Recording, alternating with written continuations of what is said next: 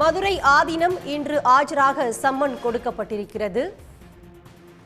விசாரணைக்கு காணொலியில் ஆஜராகுவதாக மதுரை ஆதீனம் காவல்துறைக்கு கடிதம் எழுதியிருக்கிறார். இது பற்றி விரிவான தகவலை தர காத்திருக்கிறார் செய்தியாளர் செந்தில்.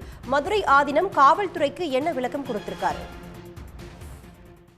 இரு பிரிவினரிடையே வன்முறை தூண்டும் வகையில் விஷமத்தனமாக பேசிய வழக்கில் மதுரை ஆதீனத்துக்கு கடந்த 1ஆம் தேதி சென்னை சைபர் கிரைம் போலீசார் சம்மன் அனுப்பியிருந்தனர். இந்த நிலையில் உடல்நிலையை காரணம் காட்டி தன்னால் வர இயலாது, வீடியோ கான்பரன்சிங்கில் ஆஜராகிறேன் என போலீசாரிடம் தெரிவித்துள்ளார். போலீசார் இதை ஏற்க மறுத்துவிட்டனர். ஏனென்றால் ஏற்கனவே முதல் சம்மனை அவர் வாங்க மறுத்துவிட்டார்.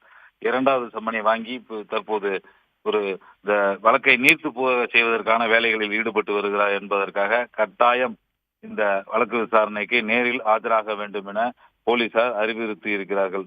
கடந்த மே மாதம் சென்னை காட்டாங்குளத்தூர் SRM பல்கலைக்கழகத்தில் நடந்த ஒரு சைவ சமய மாநாட்டில் பங்கேற்பதற்காக வந்த மதுரை ஆதீனம் உளுந்தூர்பேட்டை அருகே வந்தபோது அவருடைய காரும் மற்றொரு காரும் உரசியது. இந்த நிலையில் ஒரு குறிப்பிட்ட மதத்தினரை அடையாளப்படுத்தி தன்னை கொலை செய்ய வந்தார்கள் என அடுக்கடுக்கான குற்றச்சாட்டுகளையும் தன்னை கொலை செய்ய வந்தார்கள் என பல்வேறு அவதூறுகளையும் பரப்பியிருந்தார்.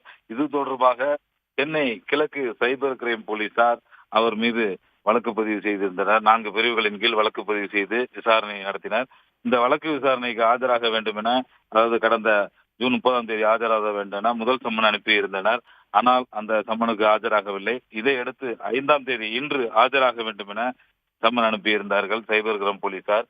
இந்த நிலையில் வயது முதுமை, உடல்நிலையை காரணம் காட்டி தன்னால் வர இயலவில்லை என பல்வேறு காரணங்களை கூறி வீடியோ கான்பரன்சிங்கில் ஆஜராகிறேன் என போலீசாருக்கு கடிதம் அனுப்பியுள்ளார். ஆனால் போலீசார் இதை ஏற்க மறுத்துவிட்டனர். கட்டாயம் இன்று காலை சென்னை சைபர் கிரைம் போலீசில் ஆஜராக வேண்டும் என அவரது வழக்கறிஞரிடம் போலீசார் அறிவுறுத்தி இருக்கிறார்கள்.